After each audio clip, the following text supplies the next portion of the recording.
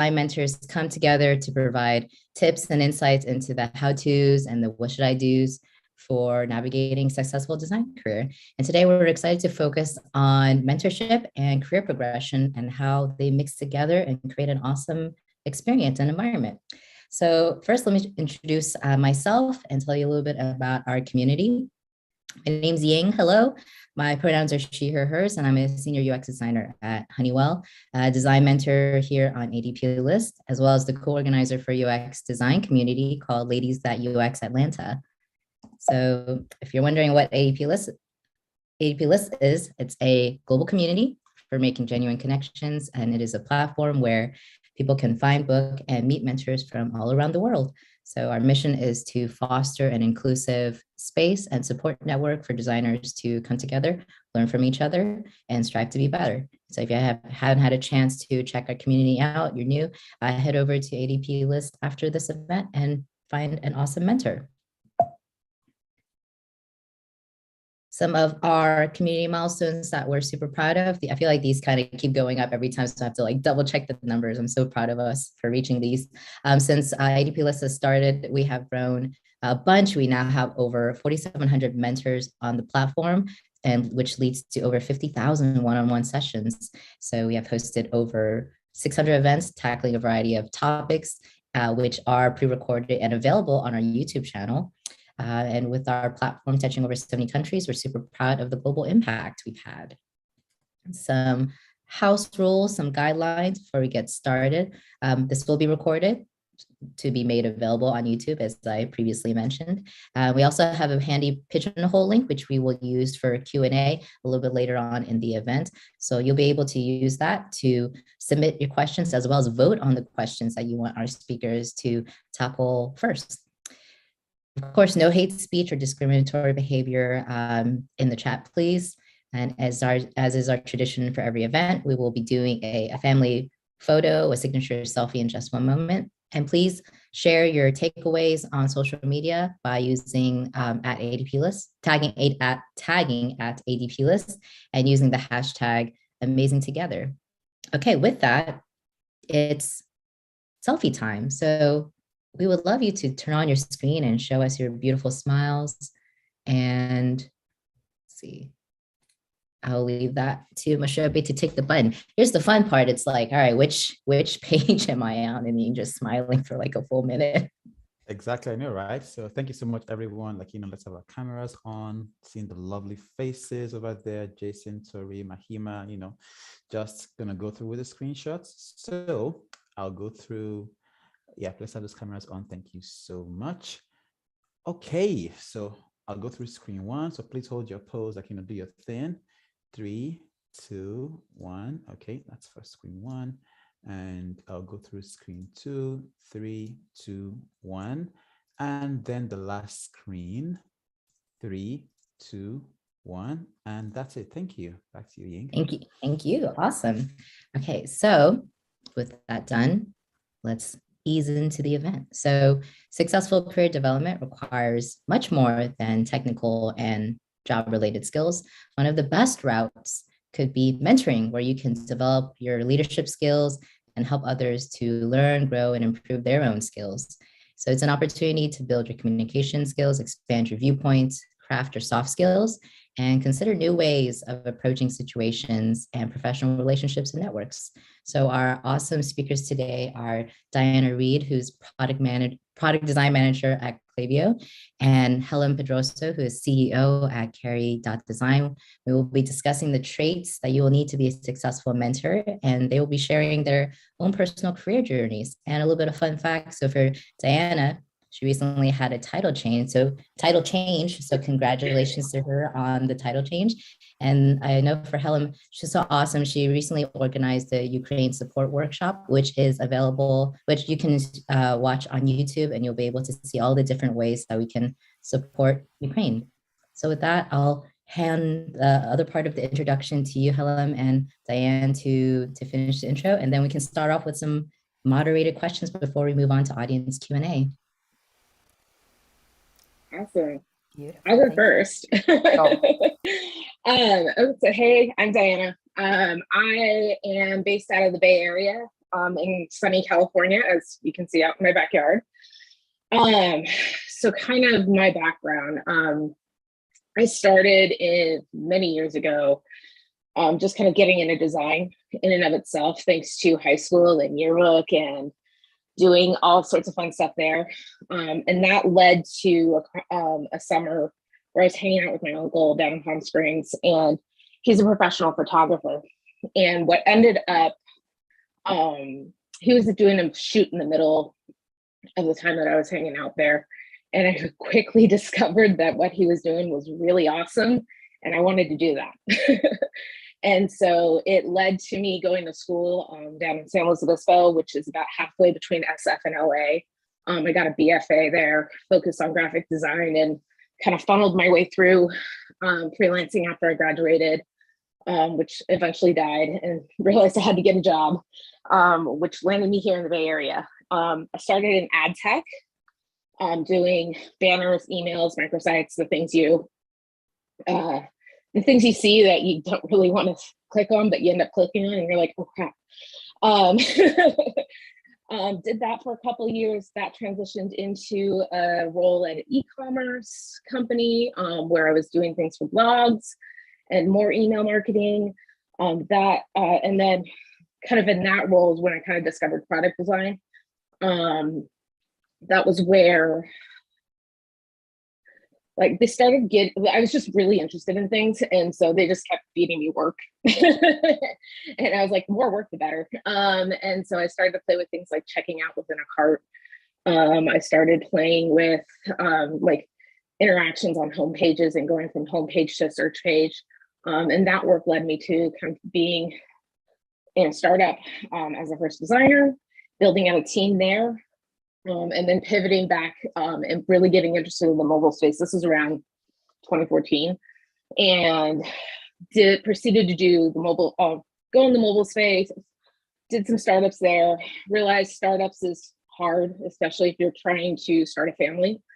So went to consulting, decided that was not for me. And that's really how I landed kind of the big jobs. I don't know. From that job, I ended up at eBay, and I was working on a product design eBay. And that was really when I wanted to get into management, but I struggled. And I'm sure, I don't know if a lot of you can resonate with this, but it's like when you kind of want to go into management, it's like, how do you get there? And you're not really quite sure how to get there. Around this time also, I was trying for a family. I'm fairly open about this with people, but I went through IVF. And so 2 rounds of IVF, followed by being pregnant with my son, who's now 3.5, kind of really had that start-stop mentality. But once kind of that swayed through things, I started to kind of really jump into it and find opportunities for me where I could jump into management, which led me to GoDaddy. And unfortunately, after 3 years there, actually 2 years there, about a year ago, I really doubled down on it because I wasn't getting where I was going. And that's actually when I started to find opportunities for me, myself, in my career to push myself forward. I applied to OnDeck, which I know is a partner of ADPList. I was a part of the second cohort where we did design track management. Following that, I've discovered ADPList, immediately signed up to be a mentor. And I've been mentoring since September, I want to say. And then kind of with that, I really honed in on my skills. And unfortunately, because I was getting really good at it, but unfortunately, there wasn't a role at GoDaddy for me to move into management. So I had changed jobs, and I'm 30x days into my job at Klaviyo, where I manage a team of 4. We are entirely focused on email marketing, SMS marketing, and really empowering our entrepreneurs and enterprise companies to market using their data and flexing on that muscle of data and projecting them to the next level with regard to building their business and making it fun. So that's kind of where I am right now. I'm having lots of fun doing it. I'm really proud of myself for the fact that I was able to jump into this role. And I'm pumped to be here. I'm Someone's pumped pretty for amazing. you. Thank you. Yeah. Like I think Diana's also kind of shared one of the first lessons about like career navigation is like you can never really know which way it goes. So it's like you got to be open to the opportunities and it's kind of like cliche, but it's all meant to happen to get you to where you are today. But yeah, thank you for sharing that, Helen. I love your story, Diana. I've heard it before, but every time it's such a blessing. Okay, let's do this. Hello, everyone. I'm Helen Pedroso. I have quite an unusual story because I decided I wanted to be a designer when I was 13 years old. Yes, you heard it right. Jump the gun. Yeah, and before that, I was confused between like arts and architecture. And by the age of 13, the story behind it, real quick, is like I told my parents I didn't want to do architecture because I didn't want to deal with cement. And they said there was this thing called design, and they asked what it was, and they said it was people who made chairs. And I was like, what is that even about? And basically they said, you know, if you think about it, they make everything around us. And I was like, that I can do. That is something I can deal with. So No cement. that's how I decided. 13 years old. By the age of 15, I met my first mentor in a professional fair. This super like almost 2 meter tall guy, really like just get into a conversation with me and really liked me. And that was my first mentor, and I thank God for him because it's been 15 years ever since, and like I am still in touch with this person, and it's my cornerstone for every single thing. Like this is the person who called me out on like, you're a leader, and I was like, bullshit, I'm not. And actually I became. So like this is like mentoring started very early on for me in the most random way possible. This person started sending me like books and websites and like all the if awards or design milk or core 77 you can imagine. Like, so 15-year-old me was like going to school in the morning and then in the afternoon going to workshops, keynotes, anything I could possibly get my hands on, frenetically. And then by the time I got into college, I was already involved in the student movement in Brazil. So first year of college, I was organizing this 5,000 people event for 5 days in the biggest school in my hometown, which was like heaven for me. I was like, this is Christmas, y'all. Like, can you imagine? I spent 2 years going to high school frustrated. And then all of a sudden there was like everyone around me, 5,000 people just talking about design. I was like, this is my heaven. After that, I got an internship in the only consulting agency that worked remotely close to strategic design in my hometown that I ever had. They worked with design research and branding and positioning and very strategic things, but they didn't call it strategic design at the time. They were very specialized in design research. So my first client was international, worked remotely. This was back in like 2010. I am now 29, in case anyone is wondering. That's a question I get a lot.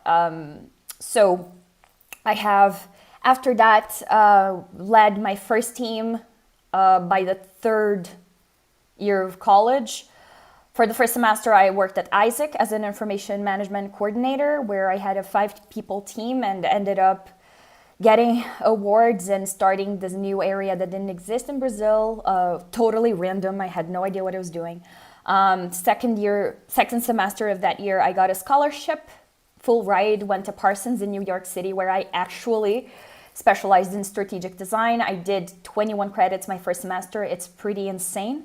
That I am even alive after that. I didn't sleep for 2 weeks in my finals, so legit, pretty much a miracle. I did all the classes that I possibly could, undergrad, grad, final thesis, everything I possibly could in there. I was a research assistant in any projects. I traveled to China in the next semester for a project. I did projects for other countries that I was there. After that, interned for ThoughtWorks in New York City, which was an amazing experience too, recruiting, actually mentoring 3 girls who had just won $10,000 to start their startup. And I think that was the first time I actually saw myself as a mentor. After that, I came back to Brazil, was still interning for ThoughtWorks for their offices who were not in my hometown. So I was traveling all the time that I possibly could. Around Brazil, recruiting my fellow colleagues to be mentors and more girls in school, high school, to be part of the program that the girls in New York were part of. So by that time, I was graduating, back in Brazil, graduating. I, after that, moved to São Paulo to work in a company that represented legal education in Brazil, and I redesigned. My biggest accomplishment there was implementing innovation culture and redesigning the entire organizational culture of 150 franchises that they had. I also, after that, went to India to train C-level to middle managers on how to use creative leadership to stop micromanaging their teams, which is interesting because I was on my early 20s, and you can imagine who was in the room, right? Like mid-age man in India. So that was very interesting. After that, I came back to Brazil. I was working 2 full-time jobs at the time. I was working as a project leader in my local college where I graduated from, where I used to take a bunch of undergrads to talk to high schoolers about creative professions and possibilities. And also at the same time, I was working in a consulting agency based in California, but I had clients everywhere. And that's where I had most of my big clients, like Forbes 500, governments, and everything you can possibly imagine. I like to play a game where I ask you to tell me an industry and we see if I haven't worked with it yet. I've worked with this company for 4 years. It's the longest I've ever worked in a company. I still hold them very, very close to my heart. I grew in there, became project manager, organizational culture director. And then in 2019, I left to start my company where I started doing consulting, training, and mentoring. And that's where I am today. And pretty soon I'm going to do another big shift in my career. And I'm very excited about it. That's oh my pretty much God. it. Just for everybody's knowledge, like Helen's a badass. Like she told I me was this gonna story say, like, that's how you last wrap it week, all and I was up. like, oh my God, you're a badass. I feel like I could be a rapper because I need to do that very fast, you know? So by this time, I'm like, yes, I could rap, y'all. So yeah, that's how I feel. You have an achievement and experience list that's a mile long. And I feel like at this point, you're on your 10th passport with all the stamps that you've just gone everywhere around the world. That is amazing. Wow. Yeah. I could pick a lot of things out of there, but that just goes to show we have the right people here to talk about our topic today. So, and you all have touched on it too. But one of the questions I wanted to talk about was more of like how mentorship has entered into your life. And Helen, I know you had talked about that too, but it was kind of like, were you expecting it? Were you in a time in your life where you were maybe that's what you were looking for in your challenges or your journey, and it just appeared, or you sought them out? What was that personal experience like? Diana, you want to go first? Yeah. So this is going like I am a classic imposter syndrome shenanigans person. And so I always thought about how can other people help me, because I wanted to learn so much from others. I live a philosophy of learn by doing. And if any of you, which is basically the motto of my college. And so it's really helped me in terms of perfecting my craft, perfecting my skill set, both soft skills and hard skills. It really wasn't until I want to say probably wasn't until I like consulting, which again, worst decision in my career I made because it's just not for me. But I realized that other people were interested in what I had to bring to the table. And that was a different experience for me, just because I've always wanted to contribute back. I just wasn't sure how. And then as time grew on, I got more and more confident with it. And that's kind of what motivated me to move into management. And then as that went on, like hearing from other, like my friends and my people who I hold most confident being like, oh my gosh, I want you to be my manager, or Diana, you're so inspiring, really shot my confidence through the roof. I'd say, yeah. I love that. It's that active in itself can also bounce back and affect you in such a powerful way too. It's always, from my experience, it's always been such a mutually beneficial connection or experience that you could commit yourself to. Helen, what about you? Yeah, no, absolutely. I agree. And for me, it was very, very intense and explicit, I would say. So I'm part of this community called Starting Block, and I joined in 2017, and in 2018, I was a mentor. And in the training, it's a leadership training institute they do every year, different cities around the US. And then I came to New York, and one of my mentees, legit by the last day of the thing, he holds me by the arms, which is intense, looks me in the eye and shakes me profusely, and tells me like, "You're coming next year, right? Because we need mentors like you, and the world need mentors like you." And I'm like, I don't know. Like, how should I really? You got your first stand. Should I be scared? Like, how should I react to this? But he said it with such convictions, and like, when someone actually looks into your eyes and like looks into your soul, sort of. Yeah. That's how I felt. I felt like, okay, I'm not sure I'm comfortable with the situation.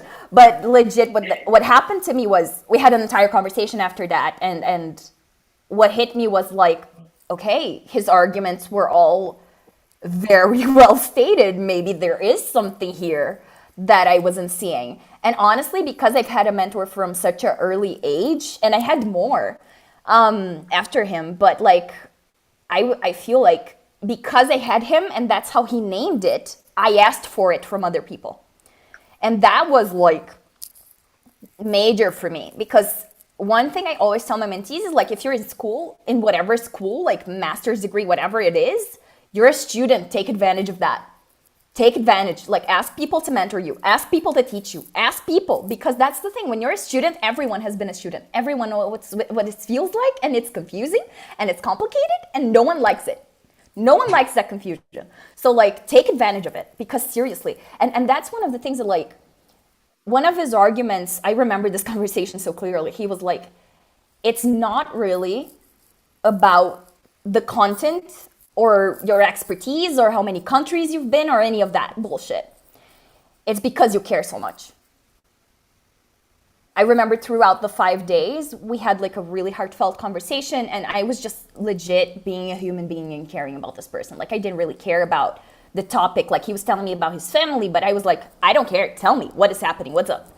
And so also, like, as you can imagine, because of everything, this is something we were talking about when we met before this, right, Diana? Like, our personal experiences are what makes us like so connected to our mentees. And honestly, like, I feel like that's the key. It's like, for me, mentoring is about caring. Like, there's always someone who can learn from your experiences, no matter how young you are or how inexperienced you are. If you care about people, most of the time, that's such a big triumph right there. So I don't know. I love that. No, 100%. The personal experience can definitely sometimes like trump what we think of like a career experience. In terms of, I've also learned that specificity is universal as well. Like, people can always find the lessons in your personal experiences. I think that's also, I love what you said, Helen, because it kind of breaks down maybe like preconceptions our audience has about what a mentor looks like, or what type of experience that they have. Because I feel like when we say mentor, we think of like Obi-Wan Kenobi, or just someone like oldened or wizened, but there's experience in people all around you. And you also mentioned that you shouldn't be afraid to reach out as well.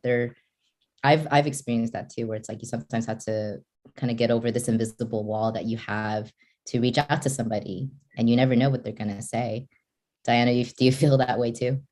Yeah. Like, okay, so I've been like, I've kind of been going through this kind of thing where I'm actually learning more about myself from my mentees. Like, I had 2 sessions today on ADPList where I had mentor sessions, and I'm learning more about myself than I ever did going through a mentor session, because of the fact that we're having conversations. The conversations are very natural.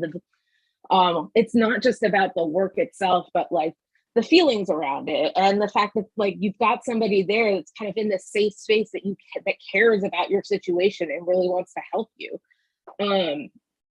I've done other mentor sessions where it's like somebody older than me kind of giving me advice. I've done like cross product ones that like I love being mentored by product managers because it helps give me an insight into what they're thinking. And then I can take that and use that psychology on them when I'm working with them, which is fantastic. But it's just like you can never, like, I'm always open to a mentorship, no matter like where you are in your career or what you're doing in your career, because I know I can learn something from them just because it's a human behavioral fascination thing that I've had since I was a kid. So yeah. To that point, then, if we want to like kind of dive in, what have been like one or two skills that have been very critical, very successful in your career or even personal life that you've taught to your mentees or guided them through? Helen, you want to go first? I think before I answer that question, I want to add two things to what Diana said earlier. There is one phrase that one of my mentors says that I really like, which is like, my mentees, they have like a building in my mind. That's what they have. So wherever I am, there's something in my brain that always is looking out for them. There's like, if I look at a job opportunity, at something, I feel like, I don't know if that's a skill, but as Diana was talking, I was like, yes, that's what it means for me. Like, for me, that's, such a key point. And then I think when you're talking about skills, maybe that's a skill, I don't know. But one thing I think it's super important if you're a mentor, it's to learn to be present. Mm-hmm. That's top for me. Because here's one thing I will tell you. I have trained and I have facilitated and I have done, teaching things. Mentoring is not teaching, in my opinion. Teaching is very different because you are bringing, because teaching is like, I can teach you like a topic. I can even build up capacity by training you in it. But mentoring, for me, it's really about how you are showing up to the other person. It's not just, I'm going to come here and I'm going to download a bunch of websites and books and things into your brain, like Matrix type of deal. It's really like helping you understand what you want for yourself, because you have no idea. And that's what it's confusing you. And that's why you're asking for help. Yeah. Most of the time. I want to go. I want to plus one this all over the place, but and add to the fact that it's like you have to figure out what works for you, and not everything is going to work for you. That works for me, and so I can give you perspective on like what I've done in my career and the approaches that I've taken, the people who I've talked to. But like, you have to take that and hone it and make it your own, and figure out how it's for you in order to push forward. Yeah. And I actually have a story that illustrates that very well. So first week of Parsons, a lot of people up in the stage talking for freaking hours, right? We're all exhausted. I think this is the last day or something. And this guy comes up and everyone is like, oh, he's awesome, whatever. Okay. So he comes up, he doesn't even speak for like a minute. Here's what he says. If you think you're here and you're going to get a certificate, a diploma from this university, and that's going to make you a great designer, you are wrong. Ooh, like a clickbaity title. This is at Parsons. Let me just point that out. This is at freaking Parsons. So I'm like, okay, you have my attention, man.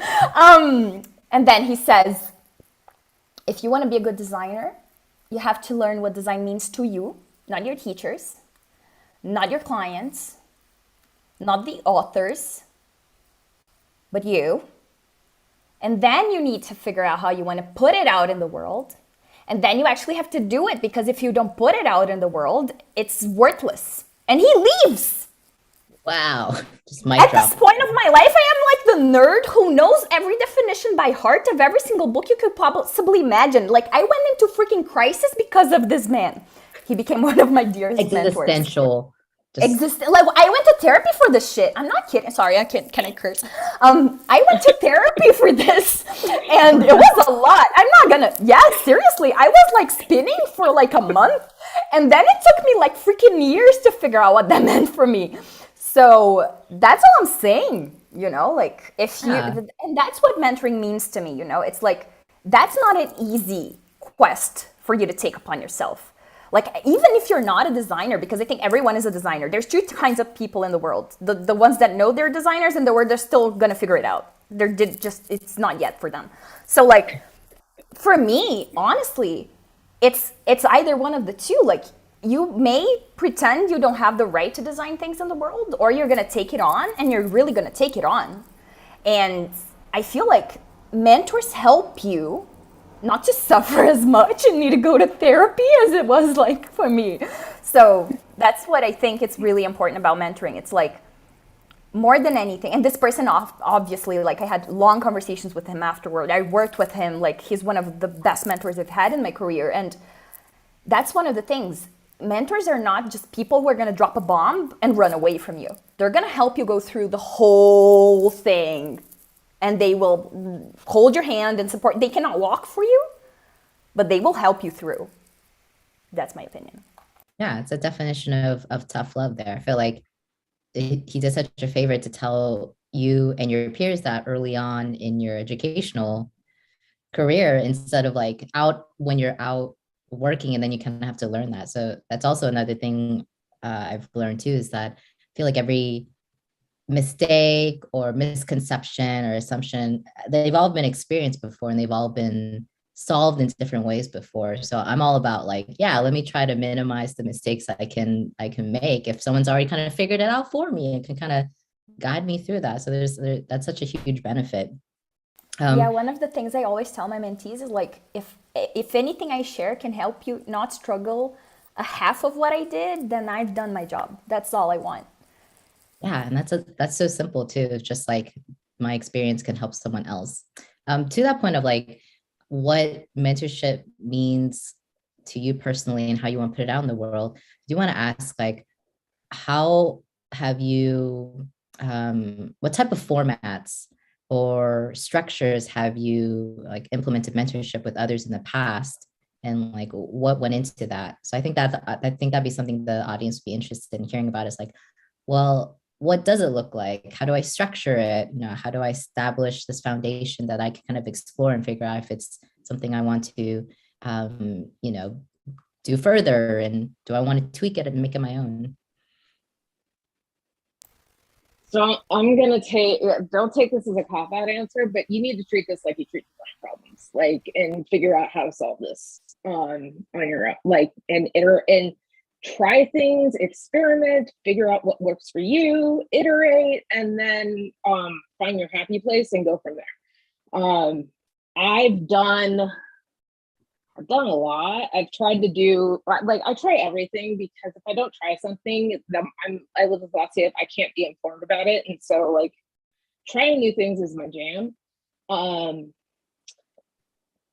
You're not good. And so like I've done group mentorship. I've done one-on-one mentorship. I've done reverse mentorship, which is what I'm like exploring right now. And I've done career coaching, which feels like a form of mentorship. It's like interviewing people, and dating. Like you figure out what you want, you love it, and then you just kind of run forward. I agree 100%.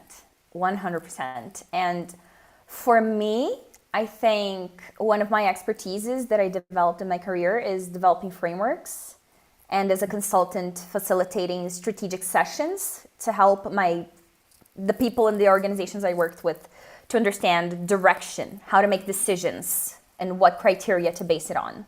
So for me, mentoring is very simple on the sense that it's just that for individuals, it's the same process. So for me, I have no problem at all. Like, I love improv. Like, I will sit down with you, and whatever comes up, I will design a freaking framework for you to gain clarity on what you need.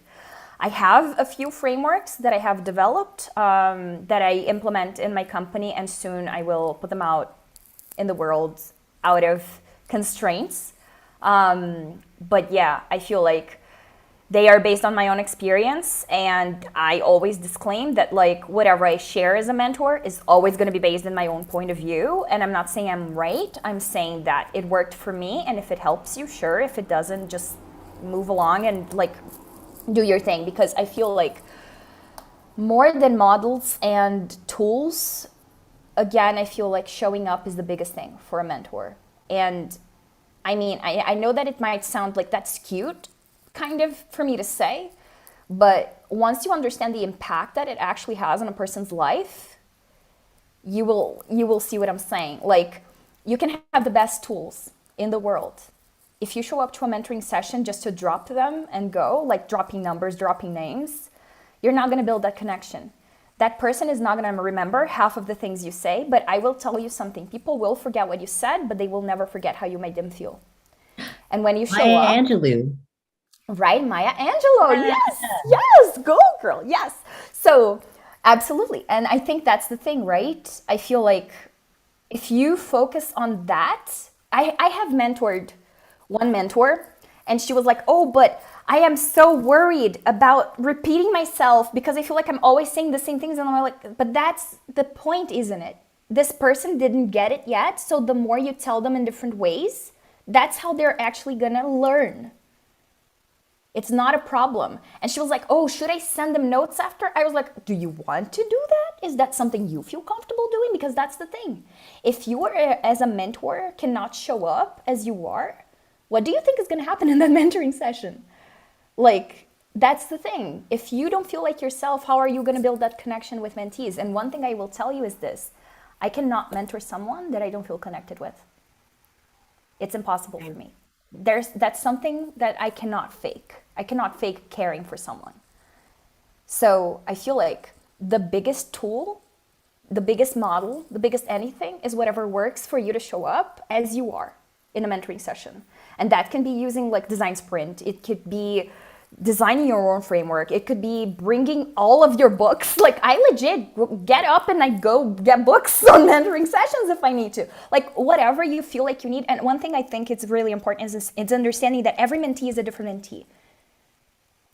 Every mentee is going to have a different need. Every mentee is going to require different aspects of you to show up in that mentoring session. And I can tell you that the same mentee across different sessions will require different aspects of you. So you cannot even assume that, okay, I'm going to show up the same way because it's the same mentee, because they change in each session. So it's always a game of like, honestly, for me, it's really cool. I just show up and like, what's up, yo? Like, let's see what's up. Because otherwise, you're just going to be following a script, and that's a play. That's not mentoring. So I don't know. That's my take on this. No, you do the same framework I do. I show up and I'm like, so tell me what's going on, what's happening here. And usually, like some of them are like, well, I just want a portfolio review. Cool, let's do this. And then I look and I give them feedback. Other sessions are like, I don't know what to do, and I'm like, well, let's unpack that. No, it's knowing your audience, like Helen said. Having a lot of patience. Side note, if you're a parent, like, you've got a crash course in this, because Lord knows you have to deal with a bunch of patience with a toddler who does not know what they want and basically tells you every 5 minutes they want the blue cup, but they actually want the green cup. Well, Diana, some people can say that like the difficult stakeholders are sometimes very similar to a toddler, where they don't know what they want, but they want you to know what they want.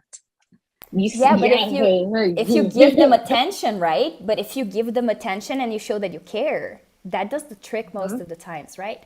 And one thing I will tell you also, like, I want to understand the privilege of where I'm talking from. So I have a lot of references. I know them by heart. Like, I can pull as many tools as you can possibly imagine out of a heartbeat. So I understand that there's a lot of mentors that want that structure so they can feel confident, because then they will have that as a support. And if that's the case, I can tell you I've done that, but I've done it so much, I don't feel like I need it anymore. But it's because I've done it. It's not because out of the top of my head, like, but that's one of the things, right? It's not really about the structure. It's about you gaining that confidence so that you feel what works for you, structure, no structure, what kind of structure, if any. So like, I feel like Diane and I have a lot of experience, like, as managers, as like caring about our teammates and all of that. That's all sort of playing into our mentoring dynamics. So I just want to acknowledge that because I think that's very important.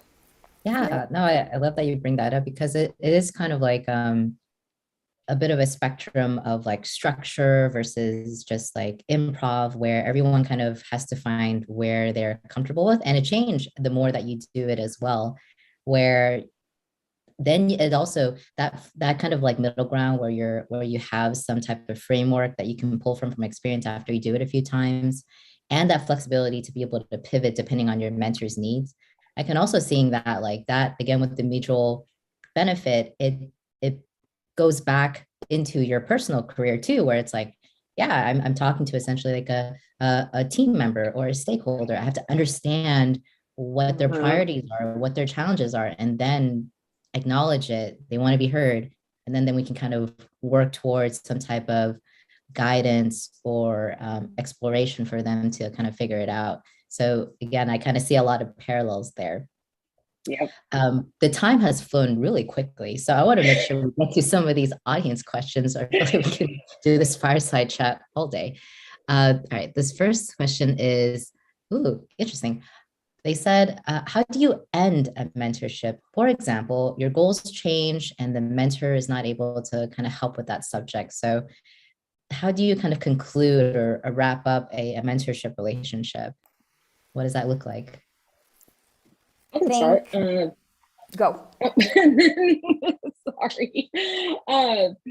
So I actually just had to do this a couple months ago with one of my mentors, where I was just like, well, first and foremost, like, don't ghost them. Please have some respect. They've dedicated some time to you. Like, give them acknowledge the situation. You can kind of take it a couple different angles. I've done, like, when I approached my mentor, I just was like, hey, I'm feeling really good where I'm at right now. And I'd like to take a break. And I don't know, I want to thank you for everything that you've given me, but right now I'm in a good spot, and I just kind of want to move forward with that. And she was totally cool with it. She was like, yeah, dude, go do your thing. Things ebb and flow. You have to, you're gonna find the mentorships where it's like you're jamming one session, and then like after a few months you feel like you've gotten everything you need and it's just time to move on, and that's okay. That's part of the mentorship life cycle. And then there might be a situation where you come back to them because you may want to revisit something, or they may have different insights that you want to pick their brain about, and that's cool too. It's not, I don't know, it's not like breaking up with like a boyfriend or anything. Right, it's not like traumatic, it's not bad. No, it's like you've built a relationship with them, you have a strong relationship with them. It's like that friend. Like, I don't know, I have friends who I haven't talked to since the pandemic started, and I'll probably talk to them when my kid's vaccinated. We'll see. I totally agree. And I was just going to say simple answer is thank them. That's all. But I also want to acknowledge a few things here. I understand that especially for young people who may have conflict aversion, that may be a really hard spot to be in. Trust me, fawn response is real. It's a thing, and your brain goes into survival mode because it understands that that's trauma because you're avoiding conflict. So that's real. It's not, if you're in this situation, it's just your brain trying to protect you. It's perfectly normal. There's nothing wrong with you. So in that case, I'm the therapist over here too. I mean, I'm just sharing the knowledge. So if that's what you're going through, one thing that I would advise is respect your boundaries first. Like, if you don't feel comfortable having like a call with this person that is your mentor for whatever reason, because you're like, I don't know what to say and I feel like I don't know how this person is going to respond and I may feel things, it's okay. Write a message. like respect your boundaries, communicate nonetheless, but respect your boundaries first. So like, however you want to communicate this, however you want to honor this, however that is for you, respect that first, and then design your way around it. You can be creative. I know that I have had mentees who wanted to send me things and I wasn't comfortable, and I had that conversation honestly with them. I was like, I don't feel comfortable giving you my address. And they were okay with that. So they sent me like an e-card by email, and that was fine. Or sent me a little illustration they did, or like they, did their own way of doing the thing when I communicated my boundaries. So like, I feel like because mentors care about their mentees so much, it's perfect. I just want to, if you're in this situation, I want you to know that it's okay for you to respect your boundaries and communicate them to your mentor. It's very likely that your mentor is going to understand and respect them. And you will find with them, if you cannot design it by yourself, you can design it with them, a way for you to respect this relationship and end this in whatever way the two of you find best. And also whatever Diana said before about like, this is not a breakup. You can come back to this. Like this first mentor person that I was telling you about, we talk to each other every like 2 to 5 years or something. Like we talk, like in the beginning we talked a lot, but now we talk like every other year or something, not even. And that doesn't make it less special. I feel like on the contrary, because this person has been with me for so long, I don't need that much time with them anymore because they get me. So I feel like, and I have other mentors for other things. And they're not jealous. They're happy for me to have other mentors for other things, because mentors know, like, I'm not the know-it-all person in the world. Like, we're not gods or anything. Like, we know about things that we know about, and other people know about other things we don't know about. And mentors have mentors. So it's okay. Like, if you want to end the relationship or just pause it or just come back to it or whatever the situation is, it's okay. Just make sure you communicate and it's all going to be fine, I promise. Yeah, I love that. And that, like you said, you can kind of design the whole mentorship experience too. And you can have that conversation transparently in the beginning too, of like, oh, like when at some point too, like this relationship may change or my goals may change. And let's kind of talk about what would it look like, how we can let each other know, or if, you're busy and you're not able to. It's a great opportunity to practice that transparent communication with each other. And it just makes it a lot easier too, because it's not like, oh, I don't know where they're at. We've talked about it, or you've had opportunities to talk about it and update each other too. And I think for a lot of times, as you said, Helen, it's not really like a goodbye forever. It's kind of like a goodbye for now, or check back later, or it's definitely not like a committed one-on-one relationship for forever. It's very flexible and it's very open too, as long as you said, you are able to share like what you're looking for, and your mentor is able to kind of communicate what they can offer as well. So it's I love how open it is.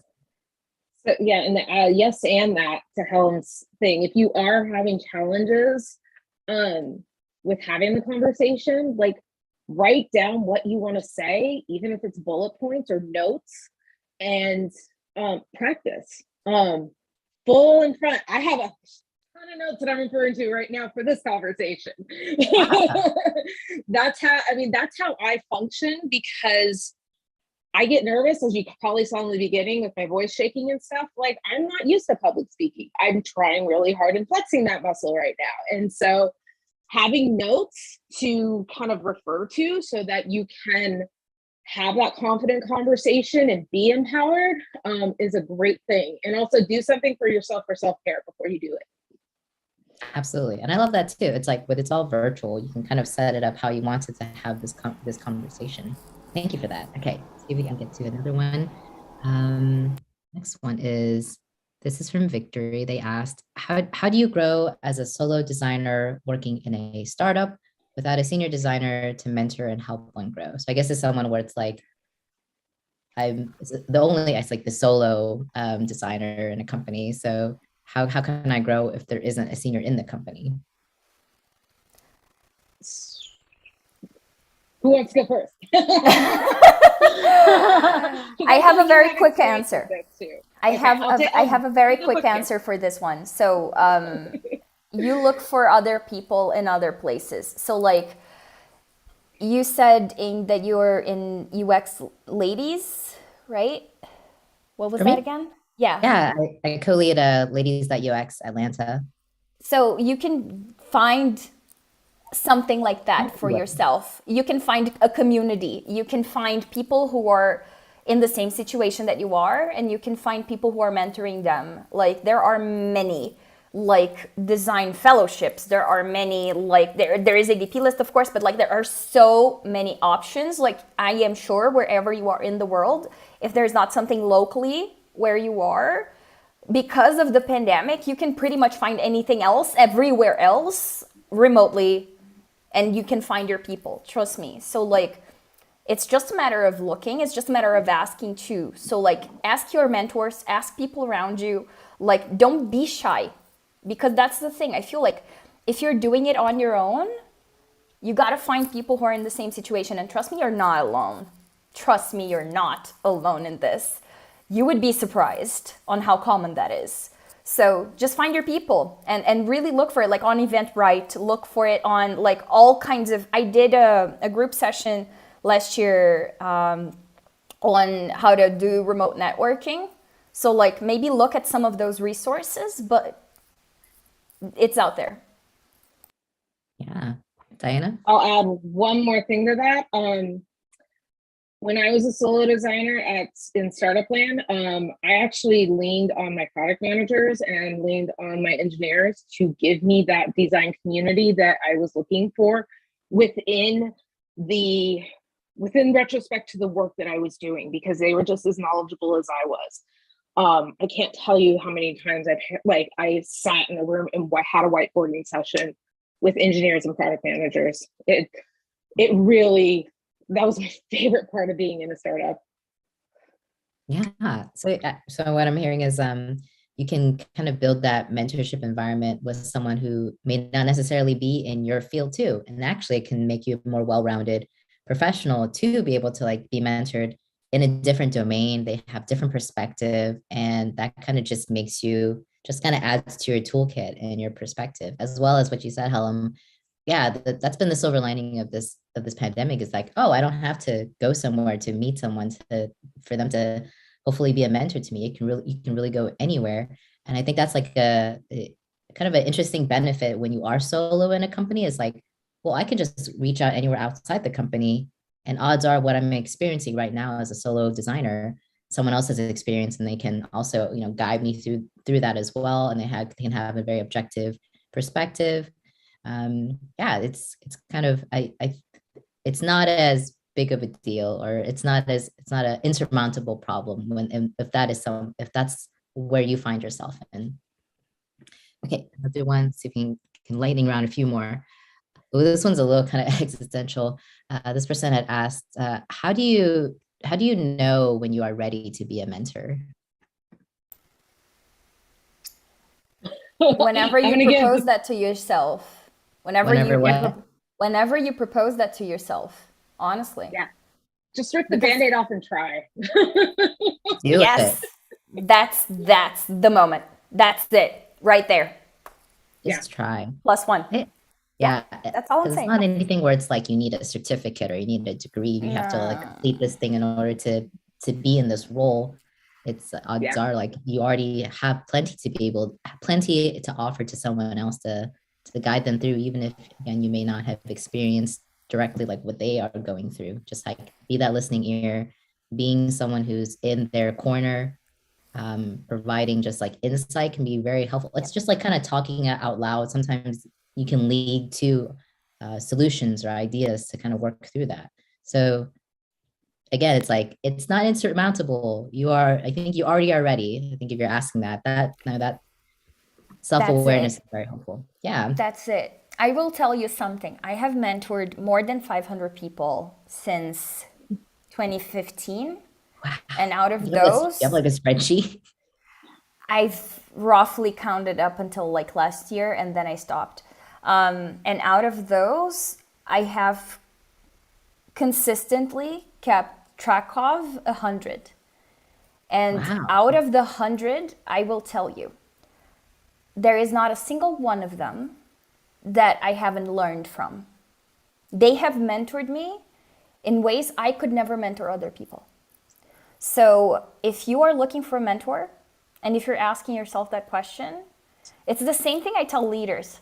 Like, if you're wanting to take the responsibility, if you're caring about people, if they already have like that little building in your hair, like that you're caring about them and thinking about them, I think those are really good signs.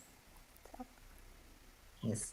Okay. Another one is, what are some of the best questions or good questions to ask a potential mentor when you're interviewing for one? So I'm gonna flip this.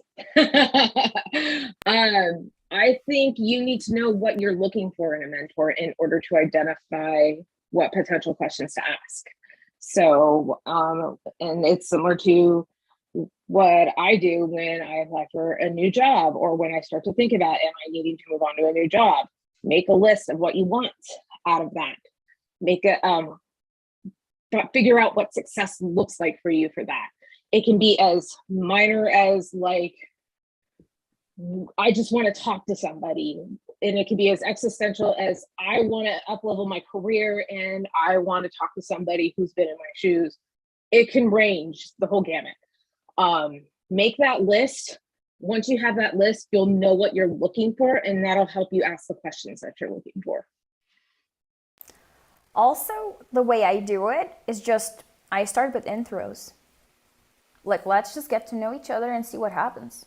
Because I mean, honestly, like Diana said, I feel like it's very much like dating. Like, let's see if it we is, but vibe. it's like not at the same time. Not in that way. Not in that way. Not in that way. I mean, like, it's like you're in the process of getting to know the person and getting to know if like there is something there that you can support them on. So like sometimes the mentee will come to me, and I will tell you this, like it happened many times. The mentee will come to me and with like a portfolio question on graphic design, and I'm like, y'all, I'm not a graphic designer. I don't even know how to open Photoshop by myself. That's the kind of not graphic designer I am. And I swear to you, like every time this happens, I'm trembling. Like, do you understand what you're doing here? Like, are you sure you want to do a mentoring session with me right now?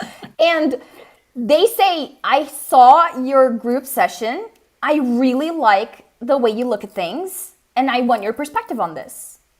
So when they say that I'm like, okay, then if you understand I'm not a graphic designer, I'm fine. Like, we can do this now. Transparency. Yeah. So I feel like if you're getting into a mentoring relationship, or even as Diana said, like if you're getting into a job, you need to get to know what you're getting yourself into. So like introductions are a really good way. One of the questions I have in my ADPList form is like, do you have a specific question, or should we start with introductions? And then I tell them my story. There you go. Answer right there. And then I tell them my story if they want intros. And then right off the bat, because of that, they tell me, like, sometimes I'm talking to someone in India, and then I tell them I was in Bangalore, like, and then we have something, and then they tell me where they're working there, and I understand the culture because I work there, like, so, you know, and then that flows in their own way. So like, I feel like if you just are willing to start with introductions most of the time, then you will see. And if you don't like, or you feel like the mentor cannot help you, that's okay. Like, no one is gonna get hurt. Like, it's fine. It's just a matter of like allowing yourself to show up and do that due diligence of asking questions, as Diana said, and like, let's see if you can help me with this or not. Yeah, that's perfect. You got two options here. You can start, gotta start with that list of like what you're hoping to get out of it, so you're not coming in unprepared, then it's just kind of potentially a waste of time, because it is focused on the mentee. And then it's how can I help you, or how can I best serve you, or do you have a particular question for me, or let's just default to like intros, and then from there we're going to pick up on something that either we can connect on personally, or I can see that's something that we can start the conversation on. Okay, with that, we are out of time. I want us all to like go crazy in the chat. Thank you so much to Helen and Diana for sharing their valuable time with us, because I know Diana is based West Coast US, and Helen's all the way in Australia as well. So I'm in Brazil. You're in Brazil. Sorry, I thought you said Australia earlier. It's okay. But yeah, thank you so much for sharing your time with us. We have dropped links to their ADPList mentor pages, so you can grab time with them as well. And hopefully we can see them again at a future event. Helen, is there anything you want to shout out or make mention of before we close out? I had a blast. And thank y'all for coming and listening to what Helen and I had to say. Y'all are awesome. Plus one to that. And for me, I think I just want to say that, I remember there was success somewhere in the title of this, right? So, and design too, if I'm not mistaken. So I feel like the one thing that I always like to tell designers, most of us don't learn this at school, is that the origin of the word design comes from Latin, and actually French and then Latin, which the word means designum, right? Designum means to designate meaning. So whatever success means to you, be it on a mentoring relationship, be it on a professional relationship, like you're doing an interview and figuring out if this job is a match with what your next step is professionally, or even like if the community like that you're trying to be a part of is a match with you, like all of those things are designable.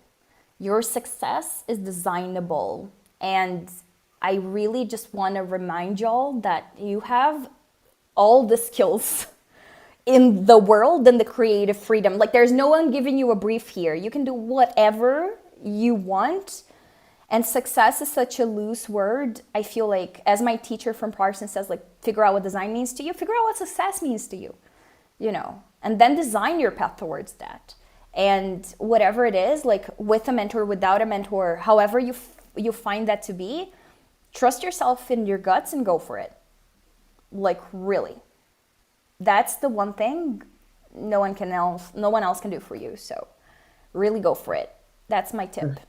I got chills. And yeah, someone in the chat was like, success is designable. There you go. We got our quote. We got our tweet moment right there. That's awesome. 100%. God. Thank you, person in the chat. Yeah, I think their name was Chan Yu. Thank you so much for sharing that. Please share that out and tag our awesome speakers. And with that, we'll conclude the event. Thank you again to the audience. Thank you so much for sharing your time of your day with us and being here and learning together. We'll be back with another event next month. So I hope I get to see you all again. And then with that, this is our outro. So it's always kind of a little bit awkward, but as you all are exiting the event, our organizers and speakers will stick around to do a quick retro.